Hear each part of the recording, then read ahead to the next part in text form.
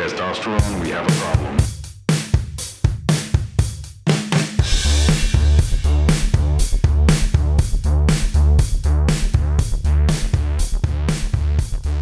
This is Outside the Manosphere, where two guys grow their bromance, non-toxic bromance, their non-toxic bromance, by exploring masculinity, manosphere culture, and joy in the stupidest timeline.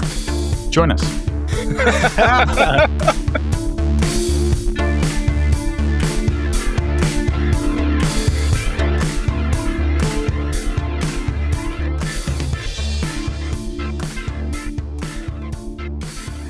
Welcome to Outside the Manosphere. My name is Carlos.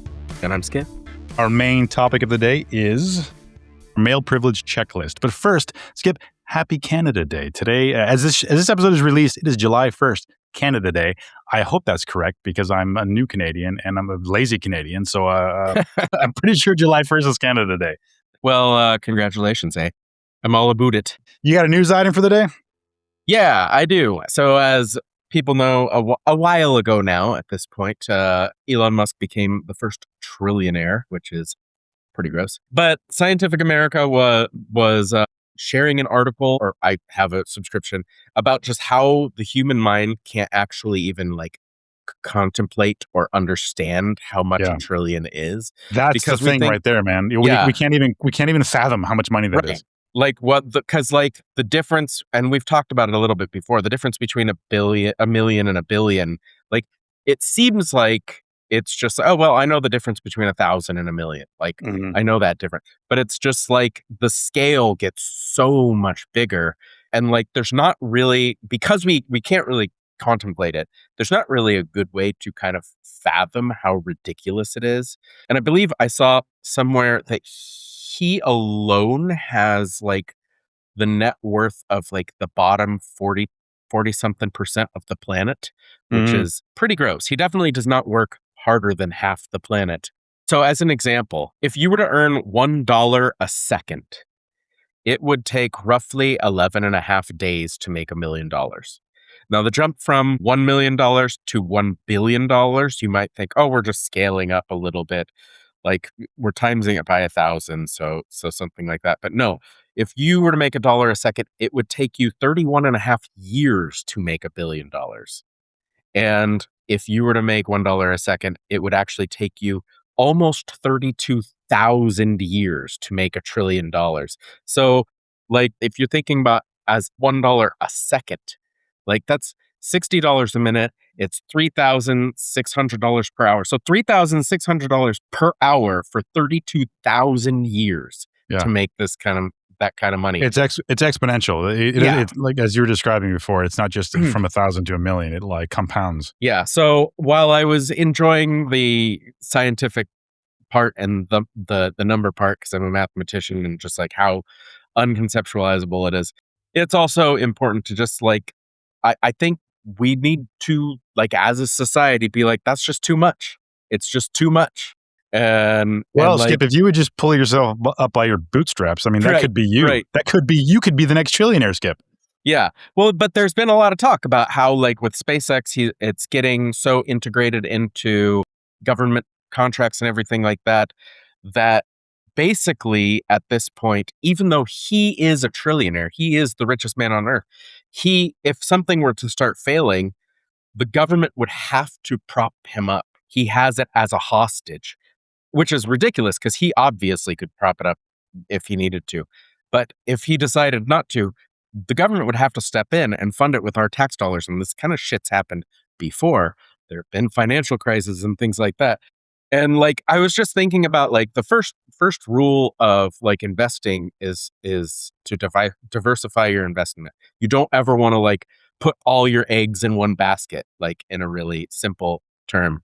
And just thinking about how as a economy or as a society, if something becomes too big to fail, that is a failure in and of itself, because Right. You don't want to have everything in your world hinging on one dude's whims. And people can feel however they want about wealth and stuff, but this is a global security threat to have somebody, whether they're measured and even or batshit idiot, white Mhm. supremacist shouldn't have this much power. And so like, I don't know. Did you hear that interview with Jon Stewart? And I forget the guy's name. It's I don't remember anymore. But he wrote a book on Elon Musk, and he coined the term Muskism, which was derived from Fordism. He's kind of comparing Elon Musk to Henry Ford and assembly line production and stuff. But yeah, he described that exactly. You're talking about, like, he ascended Yeah. by sort of leaning into governments and enjoying all the privileges that governments extend to business owners and to they're subsidizing the economy basically, and he just sucked right into that. Yeah, I bought the audiobook. I'm into the history right now of Elon Musk, but I haven't really bitten into it yet. So what about you, Carlos? Do you have any news for the week? Yeah. Before that, though, I wanted to say, I guess in very simple terms, because I was talking to colleagues about this, but Musk becoming a trillionaire as well. Yeah. And just like in simple terms, and maybe I'm just an idiot and I'm like thinking about this on very elementary like, but like, I mean, at a simple scale, Elon Musk could give every human being on Earth $1 billion. He can make everyone a billionaire. Every human soul on Earth $1 billion. Everyone you know, everyone I know, everyone listening who they know, and he would become a trillionaire pretty quick, like probably within the week. You know what I mean? Everybody on Earth would have $1 billion, and he would still be a trillionaire.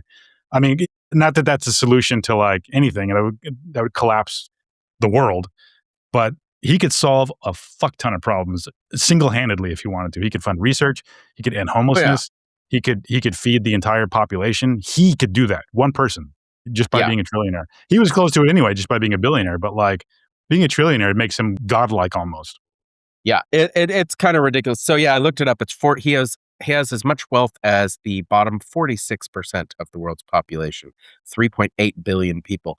But like, yeah, I mean that's funny because the whole argument that him and these other AI pricks are making is like, once AI does, everything's gonna be taken care of by AI. And it's like, you have enough money to do that now, and you're only hoarding it. Like you have to be an absolute fucking moron to believe these people, or that they have any interest in helping anybody out. Because like, you have $1 trillion. You could fix all these things. There's not some magic number at which they're suddenly going to become generous. They're dicks. No, I mean, if they're not becoming generous at 1 trillion, like this is a failed project. Yeah. I don't really have a news item, to compare remotely to yours. In fact, mine's a little personal. That's okay. So it's not personal in that it's private or anything, but it's not a news, like a global news item. And I'm saying this out loud to commit myself to it. Next Monday, I'm going to check out a local dojo, and I'm going to see about signing up for Brazilian Jiu-Jitsu because Just because you want to wrestle me? It's because I want to wrestle you, Skip. Skip's got a leg up here. I got to be able to take him down next time I see him. No, I'm super inconsistent with exercise, and I'm feeling it. Like I'm feeling my body starting to creak. And I mean, it's already been doing that, but like, I'm just stiffening up. I've got some muscle atrophy because I'm just not doing weights as much as I was before. Not as much as 10-year-old Carlos, that's for sure. The one listening to Pearl Jam in the mirror while he's curling. Yeah, so next Monday there's one like a class on Monday, class on Friday, and then it's like open mat Saturdays, and I have yet to go at all. But I'm going to check it out. First lesson's free apparently. Or first class is free. I've always been interested in martial arts. I've been interested in boxing. Yeah, but I have far too precious of a nose to get. I was going to say you're too beautiful to box. I don't want I can't. This is my moneymaker right here. Yeah. So that's my news item because I want to hold myself accountable. I want to hold myself accountable. That's great.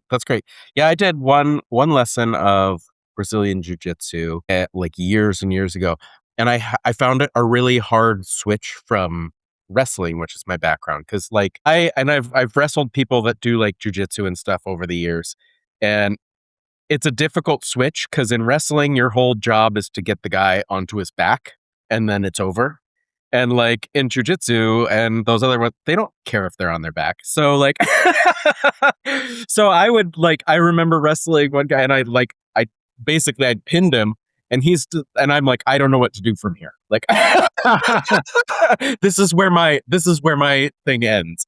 And that person was like, not in a great position, but like also didn't care about being on their back. So it was like, yeah, he has options. Yeah. yeah. So it's a big mind shift. I think it's like people. I don't know if this means anything to you, but people that play racquetball or tennis trying to switch, like it just they're both racket sports, but they're very different in the way that you like swing and things, and it just totally fucks with you. Yeah, So, it means nothing to me. I'm not sports inclined whatsoever. sure.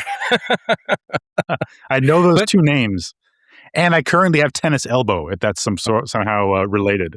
Sure. Why not? Well, in any case, good for you for taking care of that body as you get older. That's what you got to do.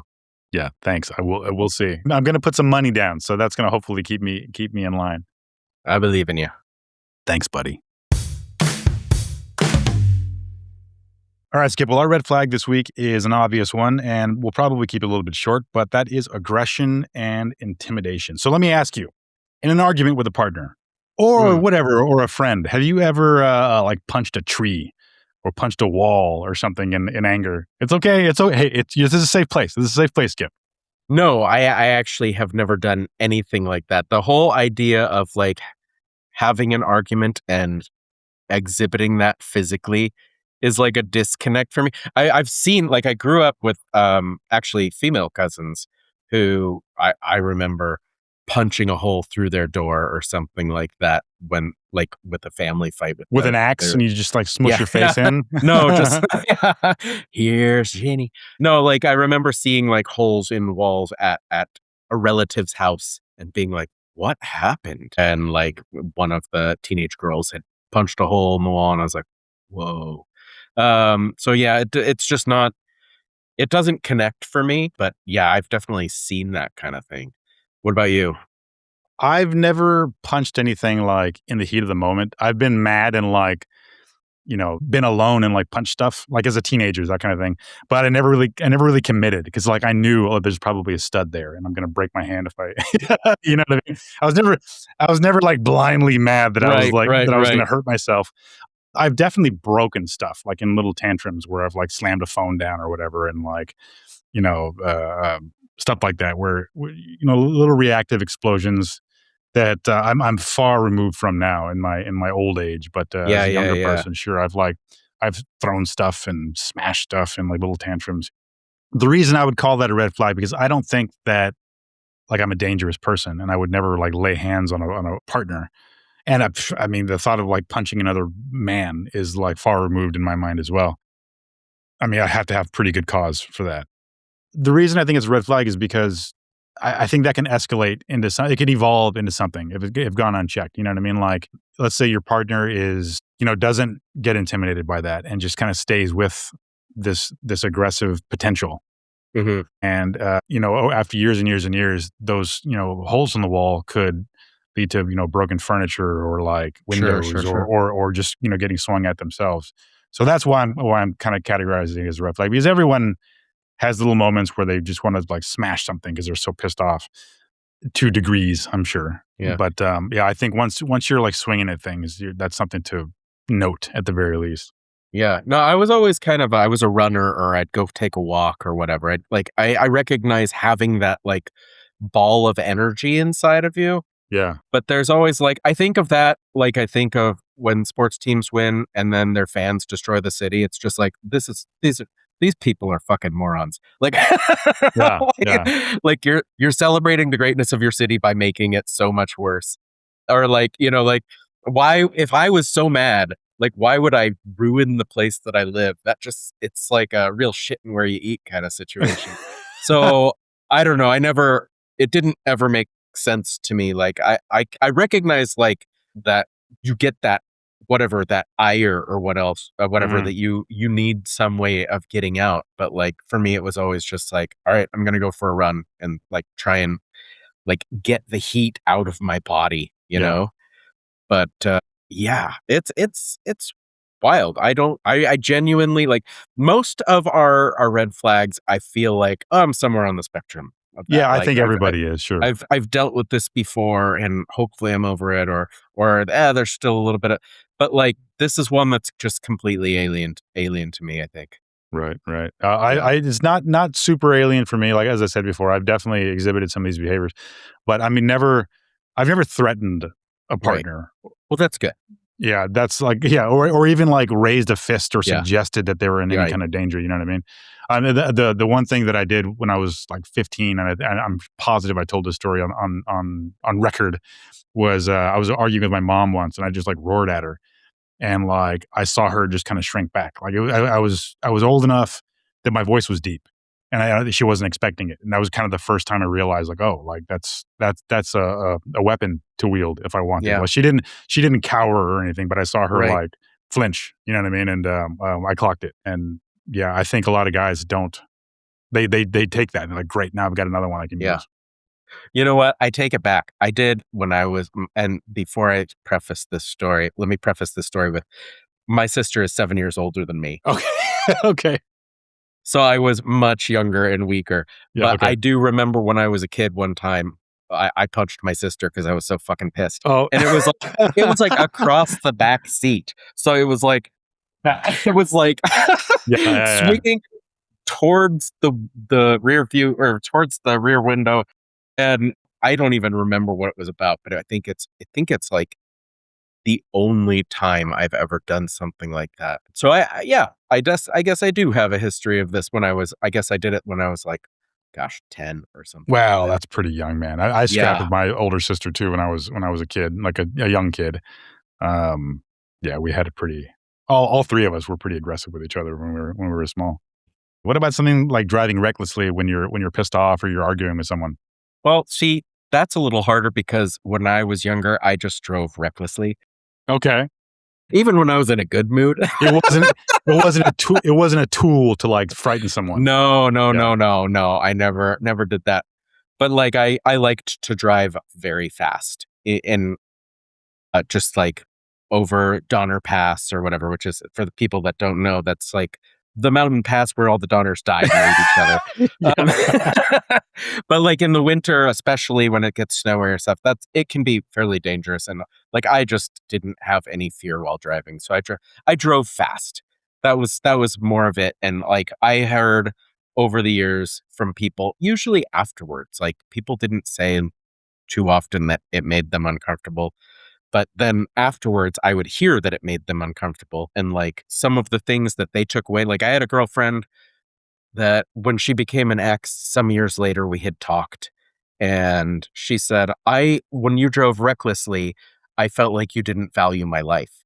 And it was like, it hit hard. Like I was like, shit, like that is certainly not something I was trying to communicate by being a dumb teenage boy that was driving fast. Yeah. So like things like that have stuck with me. And by the same token, like I remember when I was younger, my dad trying to teach me, I don't even remember what it was, but he was trying to teach me to drive smoothly. And he said, drive like you think you have a carton of eggs precariously balanced in the back seat or something like that. And so like I've taken that forward instead of the reckless driving. That's And good imagery. yeah, and it's helped a lot because my kid gets car sick, and it's like, okay, I need to drive as smoothly as possible to not make my kid car sick. And I don't know, we've gotten a little off because of reckless driving, but I certainly didn't do it out of spite ever. Well, So. I'm going to take us further. So I haven't either. Just to clear that up right away. I've always been a pretty safe driver, and I would have never. I think to be driving recklessly is you may as well raise your fist to somebody, like in anger. Sure. Driving recklessly in anger is you may as well raise your fist to somebody because you're threatening to harm them. You know. Well, I think it's even worse because they can always run away if they're not in a car. But if you're in a car, you're stuck. Yeah. It's like terrorizing somebody. But to take us a little even further from this, had we been teenagers together and I was a passenger in your reckless driving, I would very much have made it known because I was thinking specifically of a friend of mine who would drive recklessly, and he was like partially showing off, partially he just enjoyed driving fast. Yeah. And man, I mean, I grew up with this kid, so like I was very comfortable like shouting at him, but we would like I'd be pissed off at him when he'd be driving that way. And some of the time I'd be in the back of his truck because that was the time, you know, we'd be a group of boys in the back of a truck and he's going 90 down the freeway, you know what I mean? So I've always made my voice heard when I'm uncomfortable in a reckless driving situation. And like Jody's father likes to drive recklessly. He's like he enjoys going really, really fast. And certainly don't shout at him, but I've made it very known that I get motion sickness. And if I'm in the front seat, I'm perfectly fucking fine. Yeah. But he doesn't know that. So when we're driving, I'm like Ben, you can take these curves a little slow. He's like, oh, I'm sorry. Yeah. You get car sick. I get car sick. Good. That's good. I manipulate him into driving slowly. But yeah, if I'm a passenger, I'm perfectly fine. But that's positive manipulation in my mind. You're using his empathy for a positive end to make you both safer. And you know what? And I'm preserving his masculinity. He's like saying, well, I would drive fast. This is not how I normally drive. Right. But my cupcake here is sensitive to the motion, so I have to drive slowly. I would normally be driving much faster and swinging around these curves a lot more dangerously, but I can't because I'm thoughtful and empathetic. So, yeah, it is a positive thing. So, I guess the reason I wanted to bring this up, aggression, intimidation, I think it's an obvious thing. If someone is, punching at walls or swinging at the air or smashing things, I think most of us have had an impulse to do that. I think a lot of people have done it behind closed doors or whatever, even publicly. But I think it's important to note it because, like I said, I've done it, and I'm not an aggressive guy. I'm not a dangerous guy. I mean, who knows where that journey would have taken me if I just never self-reflected, you know what I mean? And that's why I think it's a red flag, is because if you don't take note of it, if you're not aware of it, and if you're not paying attention to the frequency of it happening, it could escalate. And then suddenly you're trapped in a situation with this partner, or you're financially bound to them or whatever, but you're stuck in a situation now that they're carrying on through life with you. So at least note it. And it doesn't necessarily mean they're a bad person. It could just be they're emotionally immature and could grow out of it. Well, and this is why men can't be president, because they're too emotional. That's why they'll never be president. It's my favorite line right outside the Manosphere. Do you have any green flags this week? Yes. So my green flag this week is when a man can admit when he's wrong. And I know that sounds obvious, obviously somebody, but people don't always admit, use the words oh yeah, I was wrong, and apologize. And I think that's every time I've done that to somebody, and I mean, I think a woman appreciates it much more than a man does when I admit that I'm wrong. But when you actually use the words oh yeah, I was wrong. I'm sorry. Yeah, you were right. I was totally wrong. I was being a boob. And yeah, you're right. I don't know, man. That's a really freeing thing to do, because you're not carrying around this folded armed stubbornness. Sure. Even though you're fucking wrong. Yeah, I don't know. To me, it unties the argumentative knot, and you're free of it, and you can continue on with life. So yeah, that's my green flag, is if a man can admit when he's wrong. It's a really nice one. It's a good one. What about you? So mine is pretty simple. It's just if a man can wear pink. And he doesn't have to wear pink. I've rarely had pink articles of clothing, just because that's not what ended up in my wardrobe. A lot of my clothes were, for a long time, from races I ran and things. But as I've grown up, I like a pink sweatshirt, not a pink sweater, but a pink sweatshirt. I've only ever had one article of pink clothing at a time, but just because I don't know, I didn't fancy something, but I've had a couple of things that are real nice. But generally, I just think men that are okay wearing pink or purple or whatever, there's a big thing in the Czech Republic. I had a Czech teacher that told me she had a pet peeve and couldn't respect men that wore a purple shirt. And I was like, that's my favorite color. It's a beautiful color. What's wrong? Why can't I have a penis, so I can't wear purple? That's dumb. And my kid gets this shit at school all the time, because he'll wear purple or pink, or will paint his nails, because I don't know, painting your nails is cool. Yeah, and it's fun. And his teachers, even now in 2026, will be like, that's for girls. It's oh my God, come on. It's not gonna, I don't know, it's not gonna turn your penis inside out. You're not gonna you'll be fine.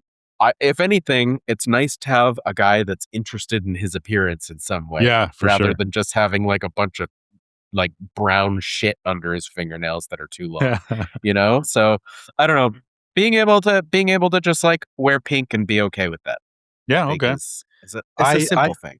I can't pull off pink, dude. So I like Western shirts, like with the pearly Sure. button snaps. And a few years ago, I picked some up in Austin, and I don't know what possessed me, but I got like they're not pink, but they're like pink-esque. I don't know what the Yeah. color would be, but it's like more pink than red. I got 2 of them, and they're brand new still. They're still hanging up in my closet. I put them on more than a few occasions and be like, okay, let me see how this looks. Yeah. And I can't pull it off. Can't It doesn't pull look it good off. on me. Yeah. And it's not Yeah. just that it's pink. Like I think that's part of it, but I think there's something about the Western quality of the shirt, and then the pink. Sure. It makes it almost like pornish a little bit. There's something there's something vaguely sexual about it. I don't know. It doesn't work for me. So, and I've never tried on like a pink That's T-shirt funny. or anything, so I don't know how that would work. Yeah, I haven't had. I mean, like, it's not like stores carry a lot of pink clothing for men in a lot of areas, but like I like to wear purple. And as I've gotten as the last few years, I've been liking buying like dress shirts that are flowery, not like Hawaiian shirt flowery, but like have a cute floral print on it. And it's nice. It's nice to be like, yeah, this is pretty, and I like that it's pretty. Yeah, okay. So, but yeah, I don't wear pink a lot, but I think just like being comfortable, not like, sure, if the shirt doesn't fit you, whatever, that's fine. But like, just being able to not be threatened by a color seems a little bit Right. more manly than Right. being afraid of a color. I think that's going out the window. I think the whole like your boys' age, like as you were just describing, I think Yeah. that's not even going to be. Maybe in the Czech Republic, I don't know, but I think at least in North America, people aren't even going to turn their heads for that kind of thing at some point. Yeah. Well, hopefully. So for today, we're going to do a couple items off the male privilege checklist, which is from the National Organization for Men Against Sexism. And it's an offshoot of Peggy McIntosh's essay, White Privilege, Unpacking the Invisible Knapsack. This is just sort of the knapsack of stuff that's just the basic sexism, not the sexism on top of like racism and intersectionality. And importantly, it's stuff that we were, as men, we were born with, that we are carrying around with us invisibly, that we don't even realize is an advantage. And that's all this is really pointing out. It's not that you're racist or that you're doing anything that you shouldn't be, but that you already have this advantage whether you realize it or not. Yeah. So it's not something inherently sexist about you, just something that we get as males that we need to be aware of, other people's hardships. So we're going to take a look at 11 first, I think. If I have children and provide primary care for them, I'll be praised for extraordinary parenting if I'm even marginally competent. Yeah, there was even a movie, Mr. Mom, with Michael Keaton. Yeah. Yeah, it's huge. He was the whole movie on his being the primary caregiver for his provider, I suppose, for his kids. Yeah, I think there's like multiple movies that have that through line, but like that was definitely the big one that kind of made the splash. I think. Yeah. Well, it's such a ridiculous concept. A male being a parent. That's absurd. Well, and even the name, it's Mr. Mom. It's not like he's a primary caretaker that's a dad. It's like, no, that's the mom. You're the mom. Like, I feel like they could just retitle it as Dad. Yeah. A good example of that is Jody's. I won't say any names here, but Jody has told me a story of a friend of hers who's got kind of a douchey husband, and I don't remember the details anymore. But he was talking about how he was staying home with the kids that day or whatever, and he was telling somebody else, and she just kind of was privy to the conversation, and the person was like, "Oh, you're babysitting today." He's like, "Yeah, that kind of thing." Yeah, and she was like, "No, you're not babysitting. You're parenting. Like this is not your wife's job. She also has a job. You know what I mean? This is you're at home with the kids today because you're the other parent." So, but he gets that pass. He gets what a prince. He's babysitting. What an inconvenience that he's babysitting today. That he's willing to devote his time today to babysit the kids while the real babysitter is off doing something else. No, for sure. Like, and that's the thing is like when men do it, that often it will get called babysitting when it's never called that for the mom. Yeah. Oh, you're babysitting today, huh? It's like, well, no, I'm just home with the kids. I'm just a mom. Yeah. So yeah, I mean, like, yeah, I don't think we use that term. I'm watching the kids, or Jess has a meeting, so I'm with the kids. I'm with the kids today. But yeah, like see this all the time because I spend a lot of time with my kids, and the feedback from her friends is just like, oh, that's it's so great. Or even cooking, because a lot of men won't cook, and they're like, oh my god, that's so nice. And it's like I'm doing basic adult stuff. Like my wife cooks a lot, my wife watches the kids a lot. It's not anything above and beyond. I try to do things that are above and beyond every once in a while, but like this isn't, especially Yeah. since she's kind of the working one Well, most I of the mean, time. and as good as you are as a husband, as good as you are as a parent, you don't deserve praise for holding up your end of the bargain. Yeah, Like, no, this is what you both agreed on. They get to work. yeah, yeah. I think for so long, parenting has been sort of that, when a kid's little and they want a dog, and it's their dog and they're supposed to take care of it and feed it, and the parents are like, I know that's not the way this is going to go down. I feel like that's the way it's been between men and women. Like, I want a kid, and like, yeah, and we're going to take care of it together, right? And but like it ends up being the mom that takes care of everything in a lot of Yeah, yeah. times, or like it ends up being the parents that take care of the dog. Although we've been real good on both of those in our house. So Well, because you threatened to kill the dog, right? If they don't, if they don't that's right. I have a dog cannon, and we're gonna see Dog how far. Just shoot it out into the bark. cannon. No, no. I do like we bring it up because we're like, you wanted this dog, so you got to go take this dog for a walk right now. Like, this is your dog. Like, if you want this to be my dog, because for some reason that makes a big difference. It's like, Sure, yeah, ownership. like, is this your dog or is this my dog? You need to water your dog, Yeah. or I'm gonna water my dog, and Yeah. she's gonna be my dog. And that's a big motivator, and just kind of like being clear on responsibilities, and like this is same thing for men in having a baby. Like, this is like a good test and like set up for responsibility for life. Like, this is what you have to do to take care of the people that you care about and have responsibility. And like, it's wild that people just got to pass for that for so Yeah. long. Men Yeah, got to yeah. pass for that. Like, you don't have to think about your kids. Well, and going back to your dog analogy, like, I mean, if that's the case, then if the husband's like babysitting today, he's like, oh yeah, I'm babysitting my wife's kids. They're no longer. Are they your Yeah. kids, or Right. do they belong to your wife? You know what I mean? Yeah, you own that, ladies. If you got a husband doing that, well, then he's babysitting your kids. These are my kids. They're not your kids. You're just babysitting them. And actually, you should just make him rent them, and then he has to pay you to watch Yeah. the kids. This is a privilege. And then we'll just do the next one, number 12. If I have children and a career, no one will think I'm selfish for not staying at home. Yeah. Yeah. I don't know how, like, I feel like some of this is in the past, but there is that whole trad wife like movement. I don't think it's in the where- past at all. I mean, No? when you say trad, well, yes and no, but like when the surge of trad wives is Yeah. that exact thing. Like, well, why Right, aren't it's you the staying home? backlash. Yeah, Sure. why aren't you staying at home with the kids and being a traditional mom? What kind of mother are you that you're going to leave them with a babysitter or the husband, for God's Yeah. sake? Well, I guess this is what you hear in the Manosphere a lot, right? Yeah. That they want their wife to be committed to the children, take care of the children. They want to go wander off and do whatever the fuck they want to do. Yeah. Okay. I mean, So, don't get me wrong. I take that back. I take it back. I was wrong. Yeah. what a guy. That's a green flag right there. Yeah, I mean, don't get me wrong. I think an ideal situation with a couple of parents is one of them stays home and the kid always has like a caregiver at home. I think that's fantastic. That's ideal. If you can afford to do that, It's great.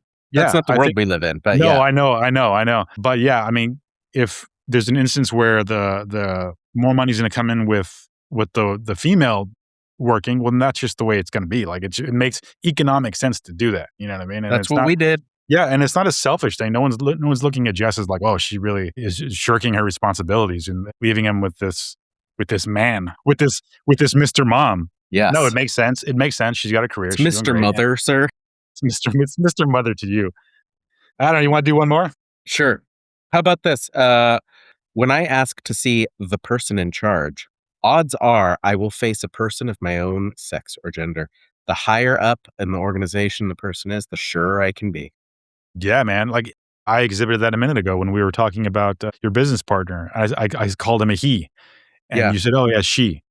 But like yeah. my default, I mean, granted, I'm a male. I think on the male spectrum of things, but like I defaulted to a man. Do you ever hear that joke about the surgeon, the Yes. father? Yes. So real quick, the father's driving with his son.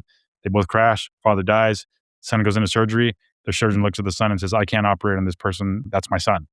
And the Yeah. question is like, how is that possible, dude? When that riddle was posed to me, I couldn't figure it out. I'm like, it doesn't make any No, yeah, fucking it's like sense. because you get that one. I think I got that one like first grade or second grade. No, I was a That's grown man. I was a grown man okay. when I Never heard that. mind. Yeah, no, I was a grown man when I heard that. I'm like, Yeah, I can't figure this out. The answer is that the surgeon is a woman. The surgeon's the mother, yeah, and it just, I'm not that I don't think a woman can be surgeons can be a surgeon, obviously, yeah. but it just never clicked. I'm like, how is it possible when the father just died? And that's exactly expressing this privilege, is that we think this person in this high position is a male, and yeah, there I am, grown man. I was in my late 20s when I heard that. But it's so inherent in society. Like women do this too. When, for instance, when I was writing, I had a character in one of my books that was referred to by their position, their office, and it was like a high up office. And my wife was like, I just assumed that it was a man, and then like I was really surprised when it was a woman even in this fictional book. Like my wife is very ensconced in like gender politics and things like that because she's taught independent studies on it for kids that we're interested in and stuff like that. But like it's just inherent in our society. We're primed to our expectation is that it's going to be a man. I mean, in defense of us, like, so you reminded me of a character in a book that I was reading once, and I was well into the book, and come to find out that the main character is a man, was African American. I Yeah. was like, oh, like I just assumed it was a white guy. Right. And as I was saying, in defense of like the white male, is like, I think, or defense of anybody, like we are projecting ourselves onto these characters or these people or these ideas. And I mean, I had no reason to think it was an Asian man or a black man or whatever. Like I just Hmm. inserted myself into this position because I was into the story, and the author clearly did that on purpose, because Right. he left that out until like halfway through the book. I'm like, oh, okay. I mean, it didn't change the book at all. It was just like, Yeah. oh, I noted it. Well, I also think like this gets to the heart of the question, which is like what we're doing by making that supposition is we're just statistical creatures. Like people don't appreciate how much of their daily lives and their brain work based on statistics and like how we've experienced the world. And like it's the case that if you ask to see the person in charge, they're more likely to be a white man. And so, like, when you make these assumptions, it's because your That's what assumptions you are see. reflecting the Right. world. Yeah, Right. Right. it's not like some evil thing that you're trying to do. But like that's kind of what this is about. Is like, yeah, if I talk to somebody, I'm likely to be talking to somebody of my same gender. Now, for me, it doesn't. If the manager or whatever ends up being a woman, doesn't make a difference to me. And it usually also, like, this is kind of an extra layer to this. Like, if I end up talking to a manager and it's a woman, it doesn't really affect the interaction. However, if you're a woman and you end up talking to a man, there could be some affectations because like of what that person might believe about you. Yes. And Yes. so, like, yeah, there's all these, but I mean, like, I know that this is kind of what the right hates with critical race theory and all these things, but like, I find all this stuff fascinating, all these like power dynamics Mhm. and kind of things. But Well, yeah, and I don't mean to twist this back into racism, but like it's the exact same thing. If you come in as a black man, black woman, or Asian or whatever, there's an expectation from that manager over your behavior, your complaint, whatever it is right. you're seeing that person about. They already have an idea. Once they see you, they already have an idea of what this is going to be about, or how the conversation is going to go. So, but yeah, it's white on white, gender on gender. It's not always that. I mean, that's, you get a free pass. You're Yeah. Yeah. Yeah. generally, I think it's assumed to There's a be shorter list of assumptions that come with meeting you. much shorter. Exactly. All right, Skip, we've hit the inevitable joys section of our episode, which is my favorite. What's your joy or joys this week? So my joy this week, and obviously this gets released a little bit late, but it was Father's Day. It was just we had a nice Father's Day. I had brunch at a place I really like. We went and played an escape room that was really cool, actually. And then it was like balls hot. So we did something that was not like the most fun, but we went to the mall, which is air conditioned, and played a board game, which is, as good as it gets on like a ridiculously hot day. So yeah, we got to sit right under the air conditioner vent. And that was just kind of like a mini joy in and of itself. Yeah.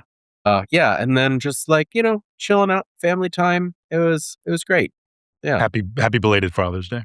Thank you very much. Thank you very much. And of course, I'm already getting a mini joy came because our train tickets for going to Romania finally arrived. All right. We're leaving by the time people listen to this, in 2 days. And so we're going to take a break. Next week, we'll have one more, but then we're going to take a break for a couple weeks while I'm on vacation. I didn't do it last year when I was in the US, but I'm doing it this year in Romania. So take that vacation. Yeah. And I might even meet some of my students because I have Romanian students, which would be fun to meet in person. Yeah. So you're doing this remotely. Yeah. You're Yeah. Okay. Are the kids going with you? Yeah. Whole family. Oh, We're nice. going all around Romania. Cool. Should It's gonna be fun. should be a good time. Some of us are going to come back werewolves, some vampires. Who knows? Have you been to Romania? No, I've never been. No, None of us okay. have. So it's really fun. Exciting. You can hit Vlad the Impaler's castle. We were planning on it, but as I've looked into it more, it's like, yeah, that he never lived here. This is just kind of a tourist thing. Okay. And, I didn't know that. So like we're probably going to go to that town because it's like a good like town in that area, and there's tourist kitschy stuff that'll be fun to see. But we might skip like the actual castle because it's just a tourist thing, and like it doesn't. When we go to those things, we tend to be disappointed.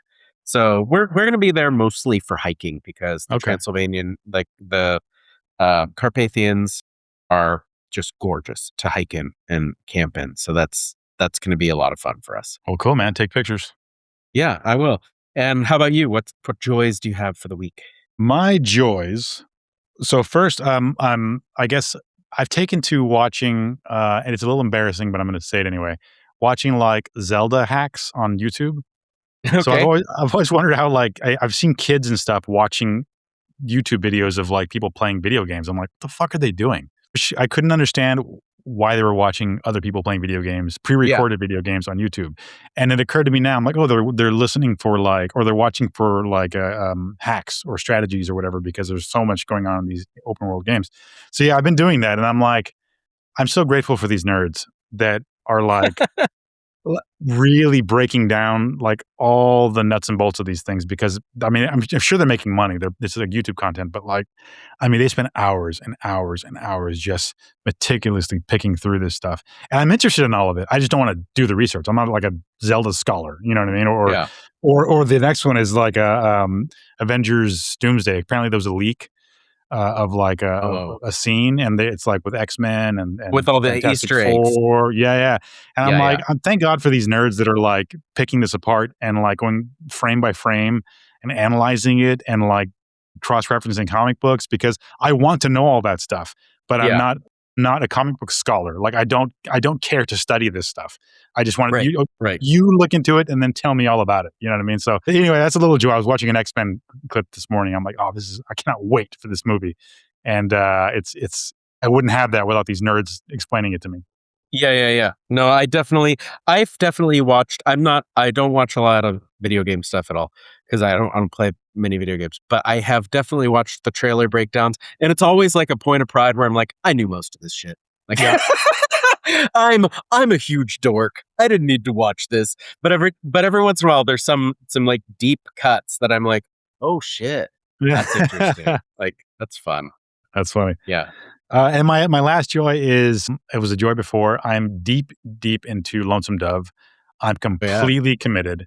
It is so fucking good. It is so good. I highly recommend it, Skip. It's one of those like time wasters. You know, you can get lost in it and just escape reality because it's such a rich world that he's created. Yeah. And last night I asked the internet, without giving me spoilers, if there are sequels, and there are 3 other sequels to this book. So I am out of my mind excited. 2 of them are prequels. Right. And when I read that they were prequels, I was like, yes, because I already know Right. who the prequels are going to be about. So it's very, very exciting. It is a great Western. And it's like, so at first, like the problem I was having with it was that it was a little too like bubblegum. Like it was just too sweet and too like Hobbit-like. I mean, this is like not Sure. the brutal Western that I'm used to. Yeah. And boy, was I wrong. Like it gets pretty hard to read at times. Okay. I mean, it's easy. It's an easy read, but like just the content that you're reading is like, eesh, that's, I'm a little heartbroken with the death of this character or the situation that they're in. So, I'm reading the first book. I don't know what the series is called, but there's a series of 4 or 5 books from Ken Follett, and it's my first Ken Follett book. well, like Pillars of the Earth. Pillars of the Earth is the one I'm reading now, and I'm enjoying that. Yeah. I don't think it's probably the writing isn't as nearly as beautiful because the writing, he writes very matter-of-factly. It's not like it's not purple in any way. Mm-hmm. It's like, and this happened, and then they did this. But it's the characters are rich, and the world is rich, and I've been enjoying that. So I read Pillars of the Earth and I stopped there. Like he's got there's quite a few sequels. It was a good book. It just didn't. It wasn't like it was. I mean, and I'm in the minority here because it's a celebrated book, but I wasn't like just drawn into the world like I am with Lonesome Dove. Lonesome Dove is like, yeah. Well, you're a Westerns guy. Well, I guess I am. Yeah, I mean, but he's also like matter of fact in his writing as well. Larry Poetry. I mean, there's some poetry in there, but very little. Like it's just a fun story to read, and you need that from time to time. I don't think I've gotten lost in a book like that. Like I will, if I could just read all day long without like making my eyes fall out of my head, I'll do that. And I haven't had that, I think, since I was in high school, I think, where I'm like, I just want to read. I don't want to do anything else but read. So it's really nice. I haven't had that for a long, long time. Oh, you know what? One more joy. The Democratic Socialists swept New York. They won everything. I know, man. Like it's, I wish the Democrats would just stop fighting it and just like, because democratic socialism isn't, I mean, I guess the socialism is right in the name, but it's just like every other. It's like everywhere else. Yeah. It's just what everyone else is doing. It's just like not apocalyptic capitalism. That's what they should call exactly, it. Non-apocalyptic capitalism. Or not, it's not predatory capitalism is what it is. It reins that in. Puts a muzzle on the capitalism. There would be no trillionaires with the, well, that's not necessarily true, but it would definitely be a higher tax rate for these trillionaires. So yeah, tell us your joys. Tell us your green flags. If you've got anything, send it to us via email at outsidethemanosphere@gmail.com. Post it or message us on Facebook or Instagram, and we'll have a look. All right.